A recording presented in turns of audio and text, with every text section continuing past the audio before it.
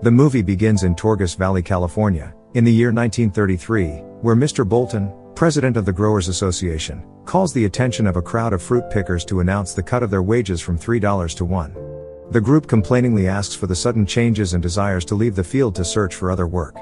However, Bolton demands them to stay and work instead of whining and going. Sometime later, Jim Nolan meets Joy, a drunken old man associated with his dead father, Ray Nolan. Joy introduces Jim to Mac, and they converse about Ray and their resistance group. Mac initiates Jim to join their group and invites him tomorrow morning to Torgus Valley to encourage the fruit pickers to resist working under Growers Association. The next day, Jim and Mac ride a train to Torgus Valley, wearing fruit pickers attire. Mac asks Jim why he instantly agrees to join their group. In response, Jim desires to continue what his late father is fighting for. As they arrive at the Bolton orchard field in Torgus Valley, Bolton's foreman, Frank, swiftly gives them a tour in their fruit picking job. Conversely, Mac tells Jim to enlighten the fruit pickers about their group and plan for a strike. After that, Jim starts picking apples on trees while chatting with the fruit pickers nearby. As their working time ends, Frank shows Jim and Mac their bunk, where they'll stay together with other fruit pickers. He warns them they will be evicted if they cause trouble with other fruit pickers. The following day, Mac approaches London, the toughest fruit picker in the field, to convince him to join his group and strike. However, London does not want to get involved with his scheme. The same goes for Jim, who approaches Dan, an old fruit picker, to persuade him to strike. However, Dan does not want to get involved, either. At night, Lisa, London's daughter-in-law, is about to give birth to her son. Mac professes to be a doctor capable of delivering a baby with no doctor in the room. London undoubtedly trusts him and allows him to have the baby. Successfully, the baby is safe and sound.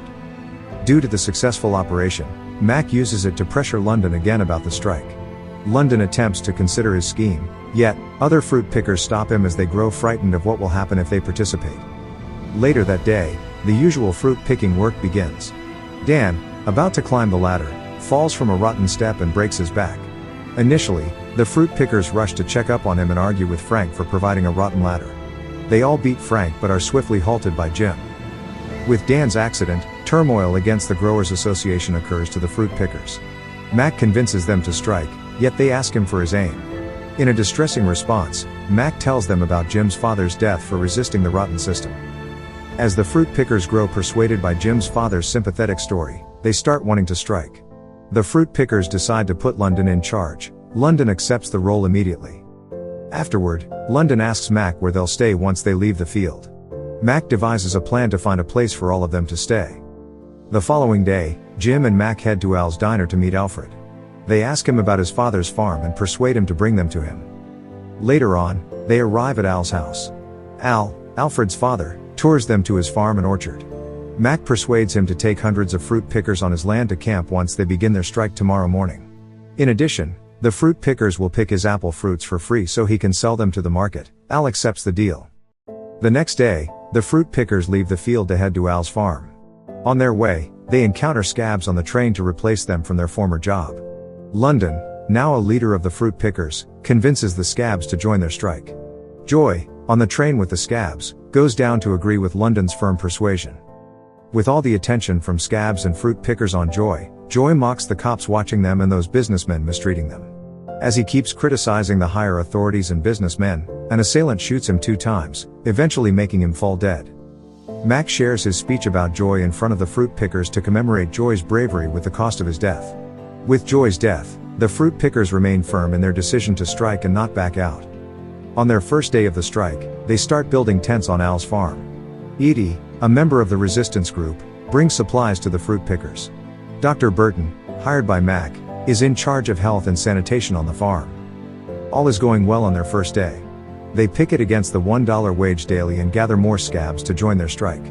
Doubtful about the strike, Lisa believes that the strike will not end well. Jim convinces her to be optimistic as their plan will work well sooner or later. Later that day, Bolton, his daughter Alice and the foreman arrive at Al's farm to meet with London. Bolton desires to negotiate with London to return to the farm in exchange for $1.20 wage a day. London grows furious as it is not what they asked for. When London rejects the offer, Bolton leaves and threatens him and the fruit pickers that he'll force them out of the farm soon. 14 days later, the fruit pickers all feel despondent due to insufficient supplies and money to buy necessities. Edie arrives to show Mac the newspaper containing the information about the old trick of Growers Association to feed the strikers in exchange for them returning to the field for work. So, Mac decides to take action to prolong the strike. At night, Mac and Jim head to the nearby town to meet their ally. However, on their way to their meeting place, Frank, pointing his rifle at them, orders them to walk straight on the road. Mac stops and begins mocking Frank. He headbutts Frank and swiftly flees the scene with Jim to hide. Frank shoutingly threatens to take revenge on one of their allies, Alfred. After that, Frank throws a Molotov cocktail at Al's diner to start lighting the diner on fire. As the fire spreads to the restaurant, Alfred panically exits the door and gets beat up by Frank and other conspirators. Later that night at Al's farm, Mac and Jim return to witness Alfred lying on a couch, beaten and wounded. Mac sincerely apologizes for what has happened to Alfred, whereas Al expresses his anger towards Mac. On the other hand, Jim grows guilty seeing Alfred's situation caused by their trigger on Frank. Mac ascertains to Jim that they're not responsible for Alfred's state. He tells him not to take the blame, believing that their goal will be accomplished soon. Morning comes, and London grows discouraged, letting the strike slowly fall apart. Vera, his daughter, encourages him to prepare the fruit pickers to fight Bolton and his men. On the 28th day of the strike, the fruit pickers are discouraged and hopeless about their strike. They suffer from low supplies, thirst, hunger, boredom, and cold. Later on, the fruit pickers gather to converse about their hardships over the past few days. They start spreading rumors about more scabs coming to the farm and London being an unreliable leader. Jim, eavesdropping, grows furious and forces them to disperse and not make false accusations against London. At night, Jim rewinds Dan's fall from the rotten ladder. He confronts Mac about it, then Mac confesses to sabotaging the ladder to cause an uproar from the fruit pickers. Jim grows mad at Mac, yet Mac believes his action leads them to have the strike they desire for. The following day, Edie finds out that Bolton and his men discover that Mac and Jim are the ringleaders of the strike. Edie persuades Mac to set up Jim to take the fall once the strike does not end well for them. Mac grows furious at Edie's plan and decides to take the fall once they fail later on. After that, the fruit pickers call their attention to come with them to confront Bolton's men for setting barricades on their road. They gather sharp tools at Bolton's men start a war against them. As they all whistle and march to Bolton's men's post, they get disrupted by the tear gas thrown at them. They all cough and heavily breathe from the smoke. Due to that, they immediately retreat to plan their next move. Firmly, Mac desires to go back to drive away Bolton's men. He orders the fruit pickers for their cooperation but has yet to receive a response. He furiously drags them to come with him but is restrained by London for doing so. Losing hope, Burke, one of the fruit pickers, stands up and exasperatedly expresses his anger towards Mac in front of all the fruit pickers. He blames Mac for starting the failed strike, and all the fruit pickers agree. London arrives and furiously punches him in the face for mocking Mac and him. Then, Jim comes in and stands up to persuade the fruit pickers to not give up. Convinced, the fruit pickers concur and chant with him. Jim tells them to drive away those foremen again using an antique truck they have on the farm. Afterward, they drive the antique truck toward the barricade on the road. Frank shoots at the truck but fails to target the driver. The truck goes through the barrier, and the fruit pickers manage to shoo away Bolton's men. Consequently, Jim and the fruit pickers rejoice. Meanwhile, Vinny, one of the fruit pickers, conspired with Alice and a foreman to burn Al's barn containing all the apples collected by the fruit pickers. In exchange for this, Vinny is promised a stable job after the plan is executed well. At night, Alice seduces Keller, the guard on duty at the barn. As they leave the barn, Vinny secretly enters it to pour gas all over the apples. He lights the match and throws it at the apples, which eventually causes the fire. Instantly, the barn burned down and alerted all the fruit pickers.